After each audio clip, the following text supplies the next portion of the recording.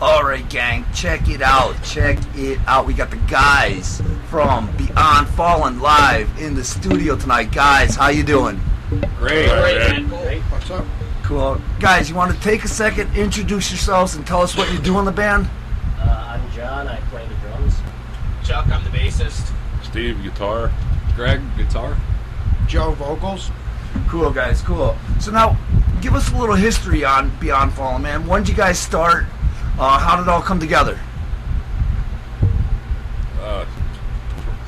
Christ, you're looking back 2002, 2003, I started putting a band together. You know, multiple personnel changes until Joe answered an ad. We were looking for a singer, and shit just started falling into place from then, you know. Had a few lineup changes since then, but it's been a long trip. Chuck and Steve are the ones in the band longest. They were there when I came in. Band wasn't actually called Beyond Fallen then. They were just kind of putting it together, and then when I came in, we started to started to write and do a bunch of shows and get our feet underneath this. That was 2003. So yeah, we got rolling for a couple of years early on, you know, and did some good things, did some bad things, made some mistakes, did some good stuff, and just kept going. 10 years later, we're still going at it. We had a couple of years where we took some time off, but for the most part, going on about 10 years. Cool. Now, how'd you guys come up with the name Beyond Fallen, finally? We did what a lot of bands should do, and that's use Google and find out if a name's taken or not. So we had I threw together a bunch of names. We all kind of threw a bunch of stuff together, and that kind of stuck, and it was something that wasn't taken. We were able to get the website and everything, and we went from there. It took a little while to get used to. We were like, oh, Beyond Fallen. It was kind of a little bit awkward, like anything, but once you start doing shows and you get known for that, and the name kind of sticks with you. Cool, guys. So now, tell us about the songwriting. How do you go about doing it? Is it a group effort? Is it a one-person effort? Tell us about it. Well, it's a group effort, but it all starts with I try to come up with some cool riffs and start putting some stuff together, and I'll send out some files to the guys, and we'll just go from there. Then we'll come into practice and start throwing shit together. And everybody starts putting in their own little bits of input, and the song just evolves after time. Cool. Yeah, we normally do vocals last, normally. Like, we get the song together, and then Joe writes the lyrics, and then we change lengths of time for stuff to make the vocals fit. Cool, yeah, that's guys, it. cool. So now, how would you describe your sound to people? Boy, it's definitely metal. I think if somebody heard it, even somebody who wasn't familiar with it would that's what they would get from it. I think we try to keep a lot of the traditional things that have made metal so cool, and kind of keep it kind of fresh and modern sounding, interesting sounding, without hopping too much on one trend or another. We try to write stuff that's still going to be around in a few years that people are going to enjoy. We put a lot of thought into it. Cool. So now, you guys play a lot of live shows, man. What would each of you say are the best and the worst things about playing the live gigs? Best is like the feeling of being on stage when you get a really good loud crowd. It doesn't matter how many people, if they're really into it, it's awesome. If they're all just kind of standing there staring blankly, it really sucks. Yeah, I'd rather play to 15, 20 people that are going nuts than 100 that are standing around with their hands in their pockets. And let's see, the Worst I would have to say is Carrying equipment, and when you're thrown into a really bad situation with really incompetent sound crew and that kind of stuff. But you have to work with what you got, so but it can be a little tough sometimes. That's really part of it. Is you play a lot of different places under a lot of different circumstances. So You got to be ready for anything. yeah, you got to be able to adapt. And like Greg's the newest one to this, so he's getting a good feel for all different situations. That we've all a lot more experience with it, but he kind of got thrown into the fire. So, Right. Yeah. No, well, now, Greg, you had some pretty big shoes to fill, man. How you holding? How you holding out, man? I'm enjoying it. I was actually surprised when when I got accepted into the band because my playing is basically all a lot by ear. So, and being that I'm only self-taught and I've only been around 5.5 years now, it's moving along quicker than I imagined.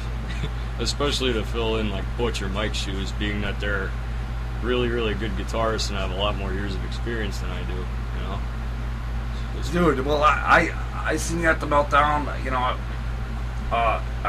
Hate Crown. You're holding your own, dude. You can shred, brother. Thank you. Appreciate it. Definitely. So now, guys, the first song I want to play tonight, Machines of Corruption. What can you tell us about the tune? it was something we had started working on a couple of years back, and it was just one of those things that was hanging around, and through some changes that we went through, it's still the idea is still stuck. So, once we got rolling again last year, it was something we worked on a little bit more and fine-tuned, and that song came out great. We called our CD that. It was a title track because we thought it was a real strong track. There's a lot to it, and the guys came up with a lot of cool parts, a lot of stuff that keeps the song really interesting, and people seem to like it. We play it live. It's hard to decide which songs we're going to play live because we have 4 CDs worth of stuff. So sometimes we play it, sometimes we don't. But in the last year, we've tried to play it quite a bit. It's a longer song, so some gigs don't allow us to kind of want to put our shorter songs in the set, maybe. But it's a real strong song. It's a real strong CD. Cool. All right, listeners, check this out. We got Machines of Corruption from Beyond Fallen. We'll be right back.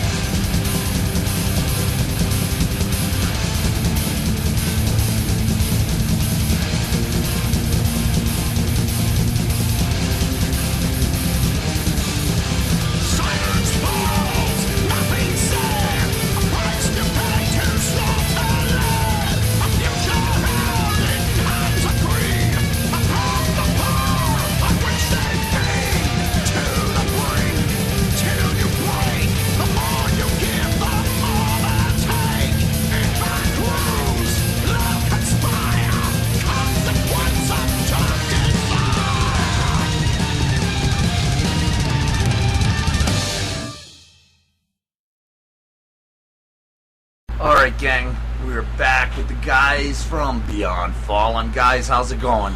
Excellent. Great. Cool. Now, we just heard Machines of Corruption, awesome tune. Guys, awesome, man. So now, when did each of you pick up your instruments, and when did you know this is what you wanted to do? I've been playing since 4th grade. I started in school band and all that fun stuff, and just never stopped. I went to college for music, and yeah, I just like drumming. Cool.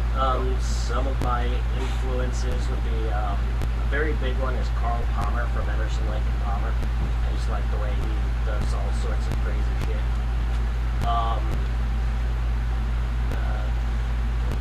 Gene Hoglan, Richard Christie, they definitely have that kind of more crazy out there sound. They're not just playing basic, boring, straight ahead double bass stuff. They add all kinds of crazy accents on the cymbals. George Colias. What? George Colias. George Colias. Colias. Yeah, his feet are inhumanly fast. I can't keep up with that, but maybe one day. Cool. Chuck? I've been playing music all my life. Like John here, I was, doing the school band and orchestra thing, but I picked up guitar and bass around, 13 years old or so. Had my first little garage band when I was about 16, and that really, it really kicked it off. As far as influences, my biggest one is Les Claypool, Primus. As far as metal's concerned, Steve Harris, Maiden, absolutely. Oh, yeah, he's one of the best, man. Yeah, definitely. Yeah. Steve? Well, I'm in the same boat. I started in music in middle school, playing trumpet in the school band. Around my freshman year in high school, I wanted to play drums, actually. And that was too loud. I ended up with a guitar. And then I found an amplifier. My parents weren't happy about that. But, went from there. Since even back in the mid-'80s, somebody played a Metallica CD for me, and it was Master of Puppets, and that was the end of it right there. I was hooked on metal. The influences like Hetfield, John Schaefer from Iced Earth, the guys from Maiden. Too many to list. A lot of guitar players. I like what they do. I really like John Schaefer's a big one in the past 20 years. He's just ridiculous. I love the gallops, all the triplets, his sound. It's just epic. Cool. Great. I picked up my first guitar around the age of, I think 17 is when I got my first one, and I just kind of dabbled for about 2 years, and then when I turned 19, I really started locking myself in my room and just playing. And my biggest influence those days, still Chuck Schuldiner, obviously, of Death. I own his signature one. I usually just constantly play that. That's my main guitar. But I'm in the process of getting other ones so I can use a neck pickup for, different sounds and solos and everything. Andy LaRocque from King Diamond, Jeff Loomis, Yngwie, Rusty Cooley, all them big influence. Even though I'm not as good as them, they still drive me to want to play harder. Right. So it's anything crazy, classic, technical, anything like that, really. Cool. Joe? I had this guitar when I was a kid, and I think it was my mom's. My dad bought it for my mother to give her something to do. She wasn't very good at it, I guess. And I found it, and I started plinking around with it, and I sucked real bad. So, so I said, well, I'm probably not going to be a guitar player. And once I got a little bit older, there were a lot of kids that jammed, drummers and bass players and guitar players, that I went to school with. But nobody ever wanted to sing. So I had a microphone and an amp, and it was just, a process of, the fact that there was nobody else who wanted to do it. So they're like, well, you could sing since there's nobody else. So I started, fucking with it, and I got into it, and got into some bands, and People started saying, "Oh, you're pretty good at it." So I kept at it, and I really, really that was where I went. I liked writing lyrics and and that side of it. Did a high school talent show and stuff like that to get out in front of people. I was never really one to be afraid of getting up in front of a crowd. But it's funny. I could be in a room full of people in a business situation, and I kind of get stage fright. But I could go out on stage, and probably influences like going back even to '70s. There's always Sabbath, Priest, Maiden. When I was a kid, Deep Purple, and growing up with Pink Floyd, and The Who, and Alice Cooper, and all these different bands were all different styles. Were all doing something different, and none of my influences really sound the same. But number one's Ronnie James Dio. He's had to be the coolest ever, and I was really into him because of not only how creative he was, but the way he carried himself off the stage too. Right. And that kind of set an example for me, to be cool to people and work hard at what you do, but take time for people who want to talk to you. Right. Well, Joe, I gotta say, man, there's a ton of bands out there, growlers, and they all have that same tone, and maybe they all blend together, and you're not sure who's who. But dude, you have a very distinct voice. When you open your mouth, you know it's Beyond Fallen, man. Thanks, man. Yeah, man. Yeah, I like a lot of different stuff. I like some bands that different styles: black metal, power metal, speed metal, old rock, old '70s rock, doom. I like a whole bunch of different stuff. So I would never say there's one particular type of singer that I like and the rest suck. Right. But, with a singer, you got to work with what you got. So your voice is your voice, and you can try sounding like somebody else, or you can try just doing your thing and being unique. And I think that's part of what our music did, is kind of have a sound to it, a style that we went with and we kind of developed. So. Cool. So now, when you guys aren't writing, rehearsing, recording, playing out, what do you do for a day off, man? What do you do to enjoy yourselves? I like to, I keep practicing on my drums. I do that a lot. Watch some pointless videos online. I like a lot of the really retarded stuff on YouTube that makes absolutely no sense. Drink a few beers. A few? What's a few, John? A few hundred? A few too many? I'm a drummer. I'm allowed to. I like pickles. A six-pack counts as one. Chuck, what do you say, man? Me, outside of music, my biggest other passion is cooking. Actually. Oh yeah. Yeah, I'm an aspiring chef as well as a musician. So, and really, it's relaxing to me. It's what I do. Cool, Steve. Man, I got 3 kids at home. I have no time to relax. I hear you, man. I hear you. If I'm not busy trying to do something for the band, like if I get up early in the morning and the kids are sleeping, I'll pick up the guitar, throw the headphones on, and start tracking ideas and trying to write some new music. But once they're up, it's on. I hear you, man. There's no stop. They don't stop. They're little Terminators. Greg. Oh, I'm not in the band. I pretty much just practice my guitar, play video games. I'm a big nerd, so I like cooking a lot. That's me and Chuck get together and do some barbecuing on our time off. Really try and get out and go for a walk in the woods somewhere. I like to hunt, fish, be outside. Mainly anything to keep me occupied. Joe? I don't know, a lot of what I like to do centers where it comes back to music too. So, I spend a lot of time working on things outside of the practice room or outside of the stage or the studio, doing stuff with the band. I like to collect records and music and sit around, have a couple beers, put some vinyl on and relax when I have time. I like to see different places, which the band helps you do too. Because we went to Germany, and that was part of the perk of being in a band, is being able to see some different places. Just having different experiences like that. Like art, I was always into art. I do the artwork and stuff for the band, and I've done a lot of drawing and painting and things like that when I've had time. Cool. So now, what would you guys say is your most epic or memorable moment so far? So far with this band, epic moment.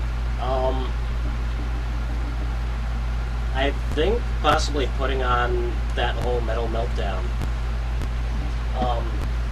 It was Steve and Joe put it together, but we hosted all the back line, but it was really packed, and all the other bands were very appreciative of all the stuff we've done to help make it go smoothly, and it was just a really good experience. Cool. Chuck? Me, since I'm one of the ones that have been here since day one, and I'm sure a couple of the other guys agree, would be the Germany trip. I mean, that was just unreal. Absolutely unreal. Steve? Yeah, I would have to agree. We played the HOA, and we got on stage, and between bands, everybody's just wandering around and getting their beer and everything else, and we got, I wouldn't even say a minute into our first song, and I put my hair up, and it's just a sea of people in front of the stage. I mean, that's the most people we've ever played in front of at one time, and it was ridiculous. I about froze it right where I was, for a minute. But what a time! And it was just a drunk fest too. We drank a lot of beer. A lot of beer. It was a great time. I want to do it again. Awesome.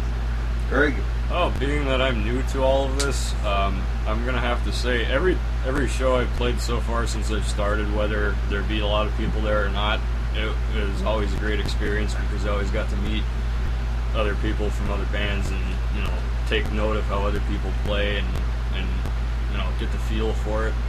I'm gonna have to say the Metal Meltdown. That was probably one of the most enjoyable times for me because I got to see a lot of different bands with a lot of different influence. Especially a real treat to see Psychoprism when they played. Bill Visser is definitely an awesome guitar player, and just watching him play was mind-blowing. And looking forward to everything else we're doing. So cool. Joe? I mean, obviously, going to Europe, I was playing gigs in Germany and another country that was the biggest thrill. I mean, just being on the stage. I remember, kind of hit me. I was like, wow, we actually went from, goofing around in a basement to being on stage in another country and people know your songs and stuff, and it was just a great experience. I mean, we could talk about that. We could do a whole show on that.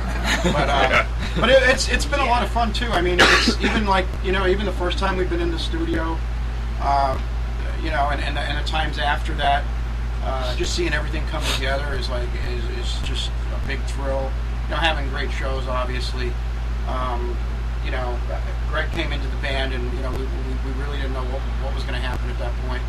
But he was somebody we believed was going to be able to do it. Number one, because he had the attitude and the drive to do it, and I think it was great.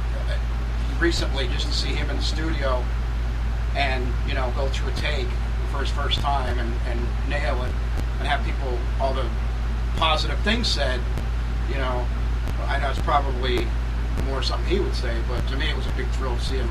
It's like, man, you went from being the new guy, not never doing this before, and you nailed it. You did great. So it was a very enjoyable experience. Everything, like I said, everything I've done with him so far has been nothing but awesome. It's really cool.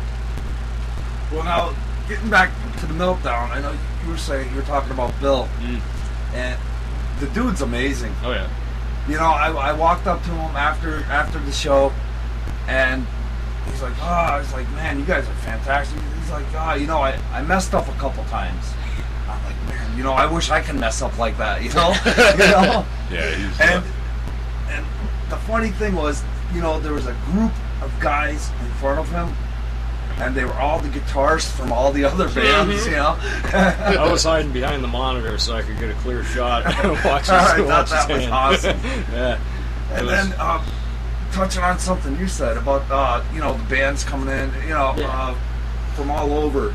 I know I was talking with the guys from Corners and Meat Plow, and they were just blown away by like the hospitality, the camaraderie. I mean, they were coming in expecting the cold shoulder, like I guess fans usually get when you play outside your area. Oh yeah. But they were just blown away.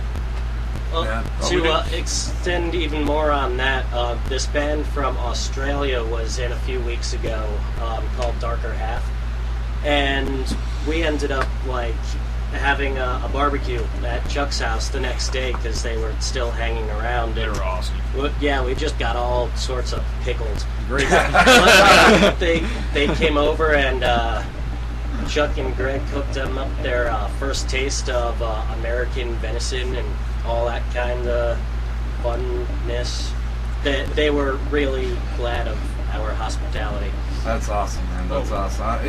It's nice to make new friends too and meet a lot of really, really cool people.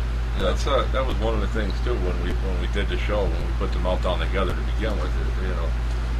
You go to someplace else and these people are dicks. They want you to. Every band's got to change over. Every band's got to do this.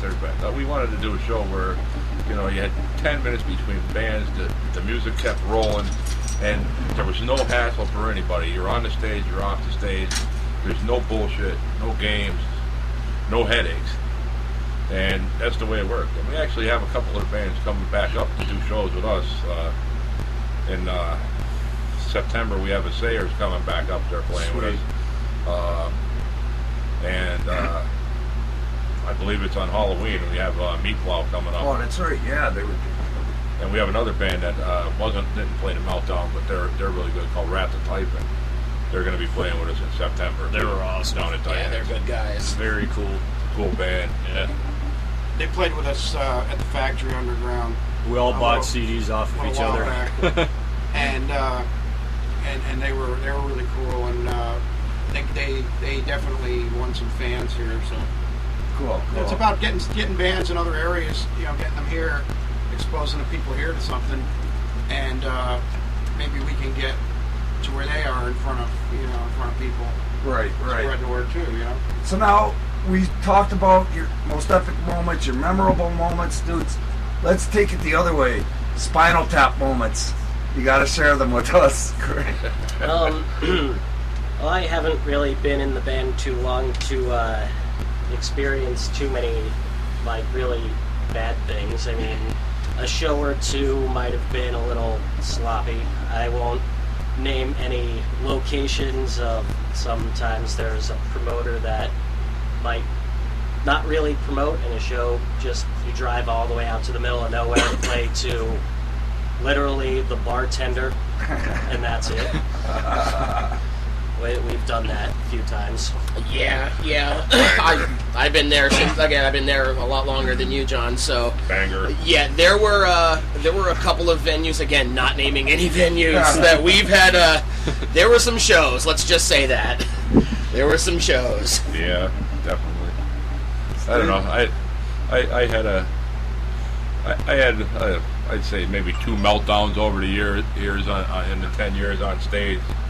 One was actually a while ago when we used to do some covers. We were doing Painkiller, and we got towards the end of the song where all the hits and the drums and the guitar are supposed to be like right on tight, and our drummer's monitor blew out, and it just he missed by a mile, and it threw everything off. I turned the volume off on my guitar and just took it off my shoulder, dropped it off the stage, dropped it on the stage, and walked off stage. And Joe's there standing looking around going, well, I guess we're taking a break now. And another one that was rather interesting was we were playing up on King's Lounge in Mountaintop. This is quite a while ago.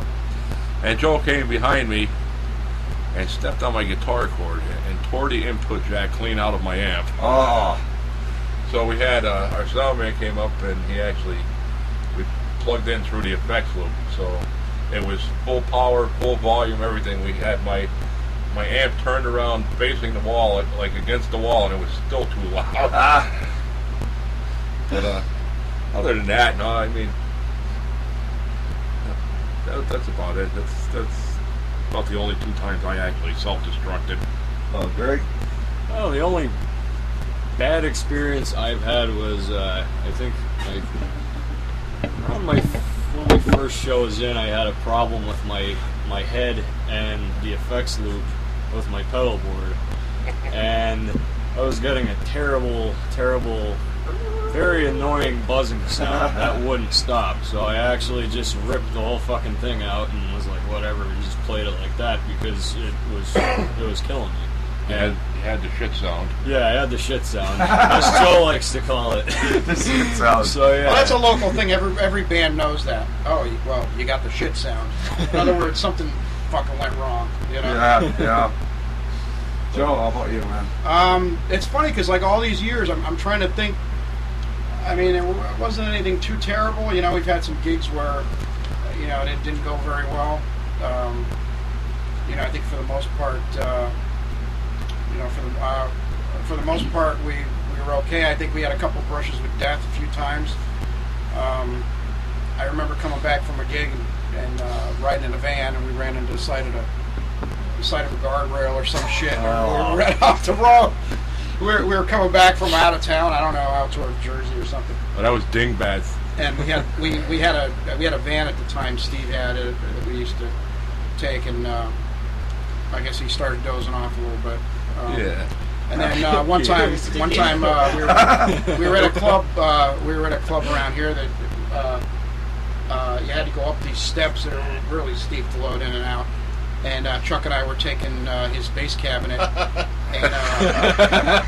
and we kind of slipped up, and Chuck tumbled down the steps, and the bass cabinet went down and landed on him. And the first thing I thought was, at the very best, this is going to be a trip to the emergency room. But Chuck got up, brushed himself off, and was fine. But it was, that was because he was well I was like- inebriated. Alcohol turns the body into rubber. I was like, oh my god, fuck! You know, this is not good. You know, some silly shit here and there. I mean, you know, any band that plays for a while, you're gonna see stuff. I think most of the stories are funny. Yeah. In 10 years of playing, no exploding drummers, right? No, not currently. all those years of playing, you could tell some, you know, funny stories. Even for a band on our level, a band on any level, you start doing gigs and something funny is gonna fucking happen at some point. Right. Cool, guys. So now, guys, the next song I want to play, Caligula. What can you tell us about the tune? brutal. Yeah, just straightforward in your face. We love that tune, and crowds seem to like it. So yeah, just the intro riff I had, and I was working with Butch at the time. We sat down and we just, I had an idea, he had an idea, I had an idea, he had an idea, and the song just went, it just fell into place, and then Joe threw the lyrics onto it. We just made some minor adjustments in the studio. It was one of those songs that just worked. Cool. Cool. All right, listeners, check this out. Beyond Fallen with Caligula. We'll be right back.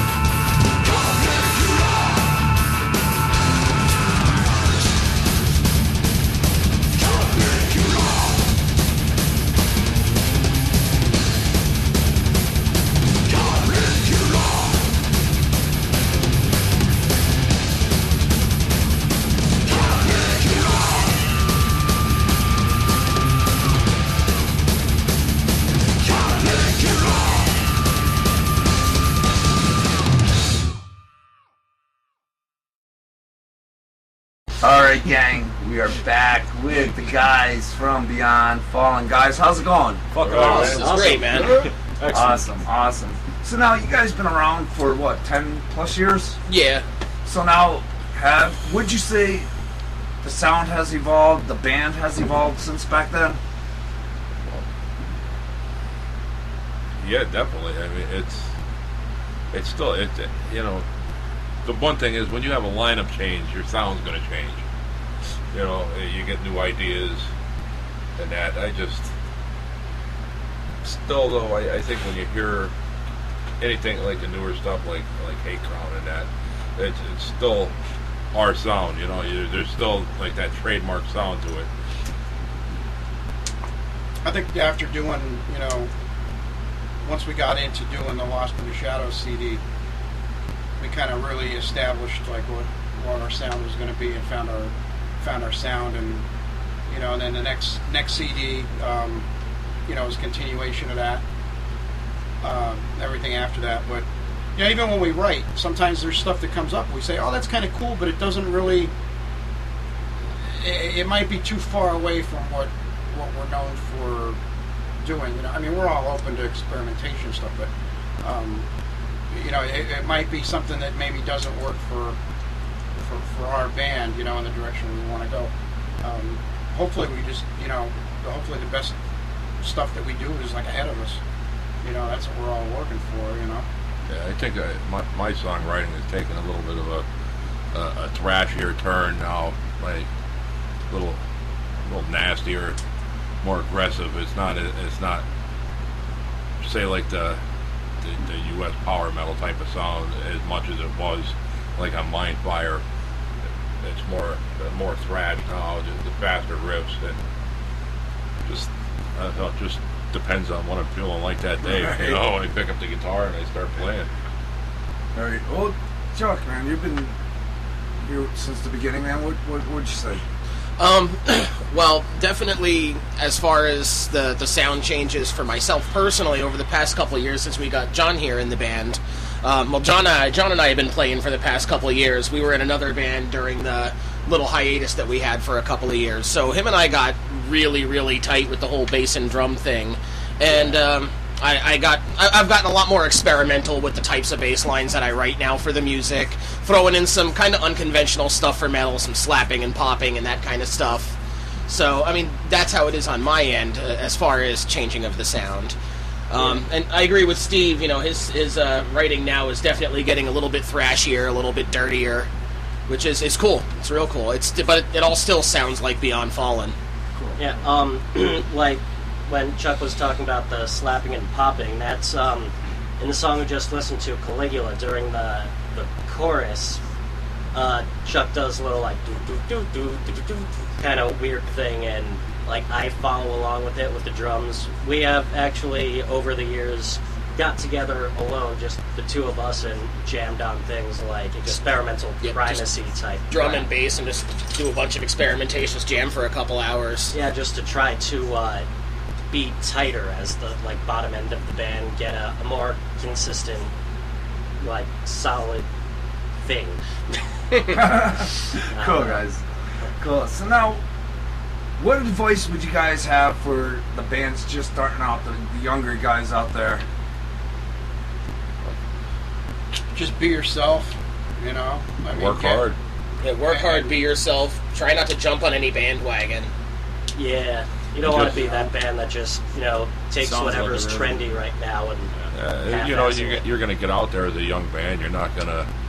Your first couple shows might not be, you know, not have the greatest crowds or anything like that. But you know, you don't know what kind of turn it's going to take in a year or two. You know, you don't want to get discouraged real quick and just give up on it. You know, you just got to keep pounding away. And you're not going to make millions. Remember that. Right. No. Yeah, don't walk into it thinking in 5 years you're going to be some rock star. Could it happen? Sure. Is it probable? No. No. Hey, you got to be realistic about it, because like even with us, you know, we've gotten an opportunity to play with some of the people we've grown up listening to, you know, like which is kind of cool when you meet somebody and it's like, oh man, I had your album when I was, you know, a teenager or something, and now we're playing a gig with the guy, you know. Shit, we played with a lot of. So And then you hear stories, you know, having a conversation, a personal conversation with a person, and they're like, "Oh, that album, I never got paid a cent for that." You know, so you know, when you're a teenager, you think that, man, these guys must be living in these big mansions, you know, it must be this lavish lifestyle. And in reality, you know, it's not. Especially today, people not selling records. Oh yeah. You know, it's a lot tougher now. Things are a lot different. People would rather steal it online, Yeah. download it. Yeah. You got to find other ways, man. You got to find other ways to work around it. And Right. the whole thing is your biggest weapon is your uniqueness. You know, that's really what it is. I mean, if you're gonna have any success and get any following, even of 10 people, you've got to have something that you're going to be into. So. Right.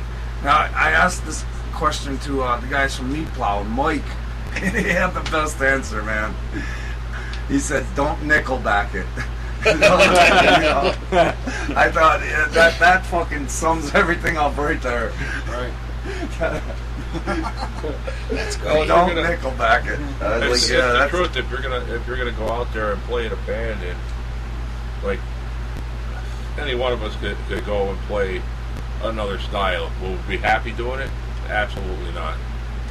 That's what we like. Well, why do I play this? Because I love this type of music, and that's all there is to it. Very good. Whether you album. make money or not, you know, who cares? I'm doing something I really enjoy. Yeah, at least you're personally satisfied. Yeah. right. Cool, guys. So now, are you guys on a label? Are you looking for a label? Well, we have we just signed a licensing deal with Rocket Up Records out of Germany.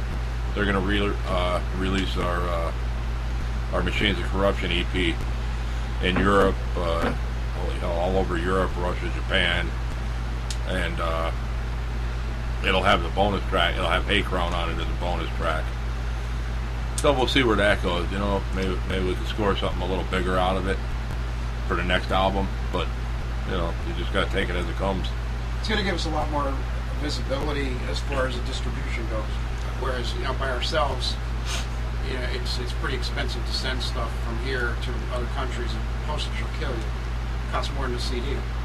So, you know, it's gonna be able to give us accessibility for these people in different parts. We had distribution before on other CDs too, and it really helped us a lot.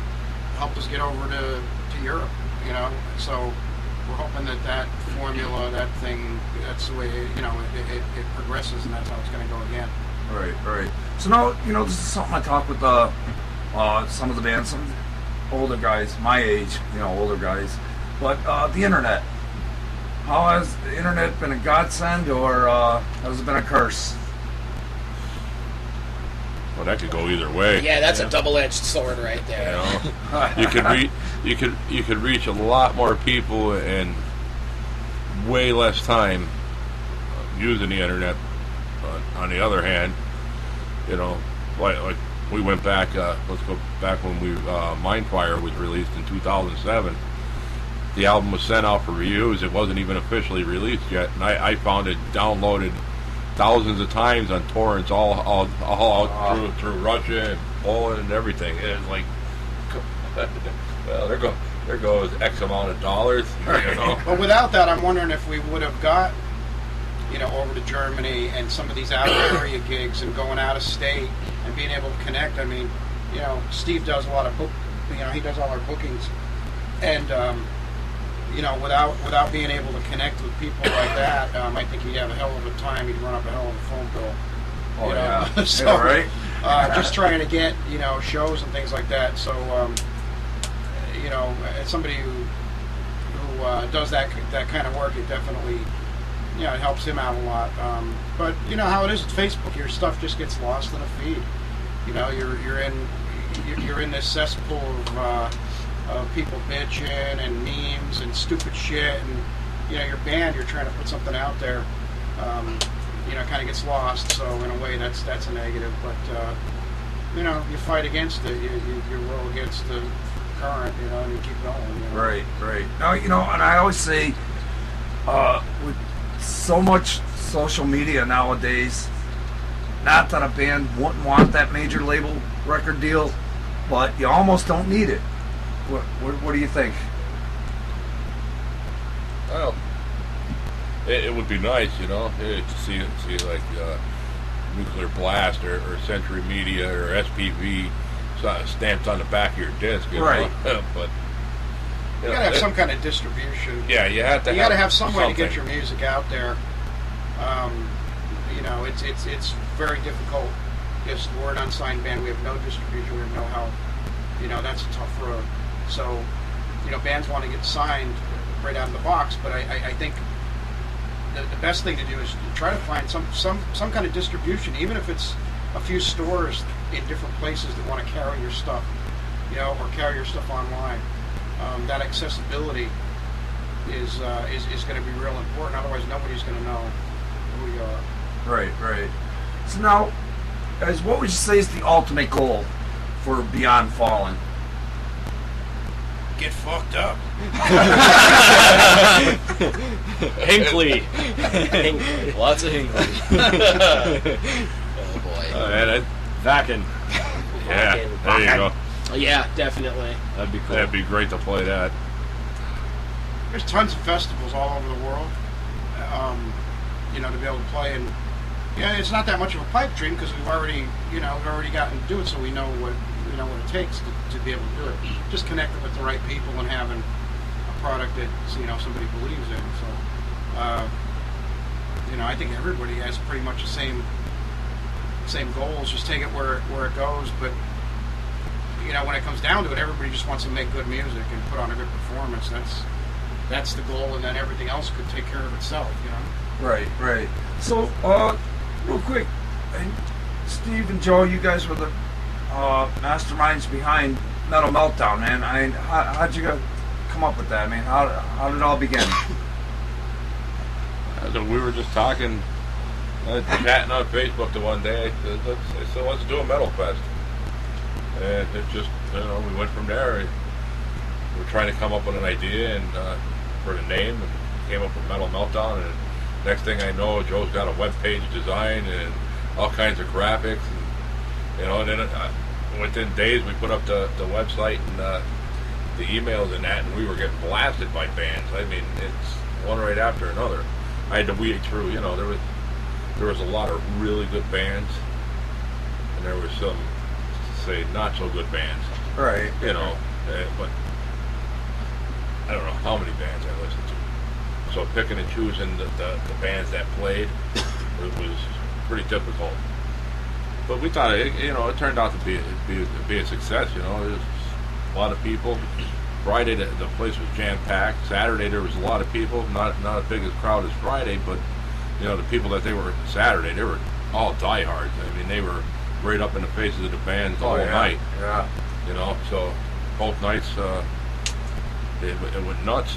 So, you know, I think May 15th and 16th next year we're doing it again. We're doing round 2. Awesome. We wanted to start it off and not, you know, and say, okay, right out of the gate we're going to be, you know, Ozfest. You know what I mean? Like Right. anything like that. So we were realistic with what we wanted to do and started small and not lose our shirts over it. And just really, the first one was, the goal wasn't really, you know, to make any money. It was just to build the awareness of this is something we want to do every year if we get the support to do it. And we had good support. So, you know, it was, I mean, the weekend wasn't even over yet, and I think we were already talking about an approach by people saying, hey, you guys doing this next year? Yeah. So we decided we're going to, like, hey, let's do it again. We did it. Maybe we can step it up a notch, crank it up one more notch, and do it even better than we did this year. I've already had bands contacting me about next year. Cool. So it's definitely cool. We got a good buzz going about it. So Awesome.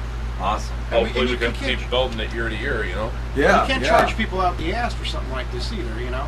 So I think that it helps the bands because they get to get out in front of a crowd that maybe they couldn't draw on their own, you know, some of them, and you know, some bands from out of the area can get in front of new people, you know.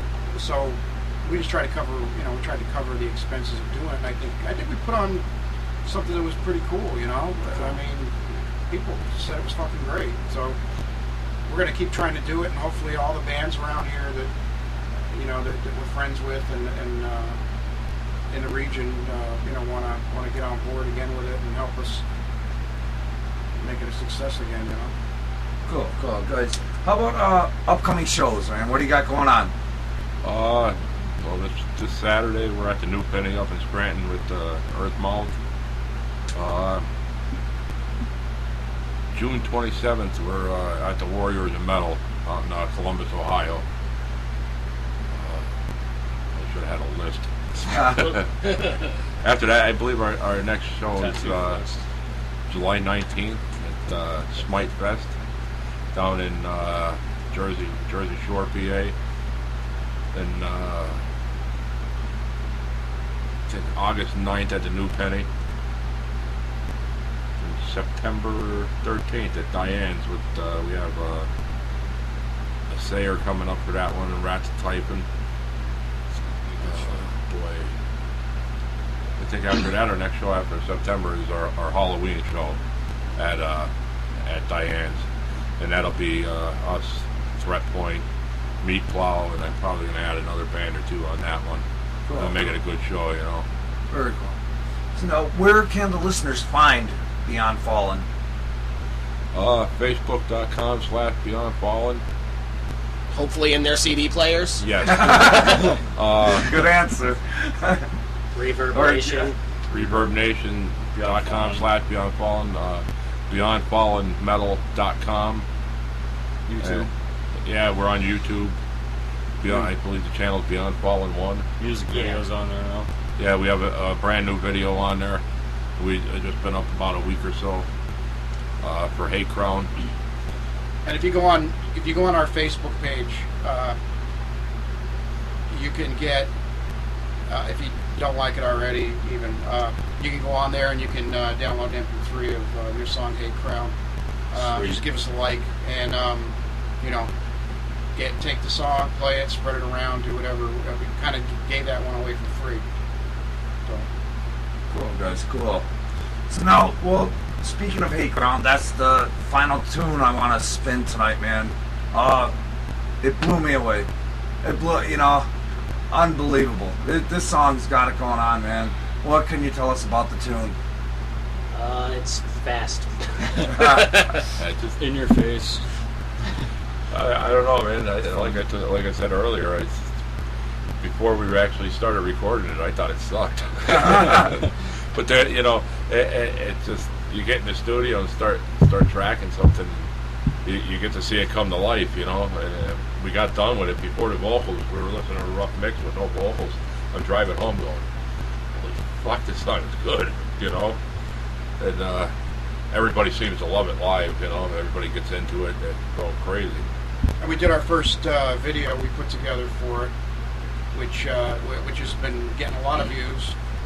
It's only been up for a short time, and we got 4-digit views on it, so we're pretty happy about that. Real grungy looking, heavy, Dirty old warehouse. just something to put out there, and it was the first time we ever did that, so we're hoping to experiment more. That's another creative side of what we do.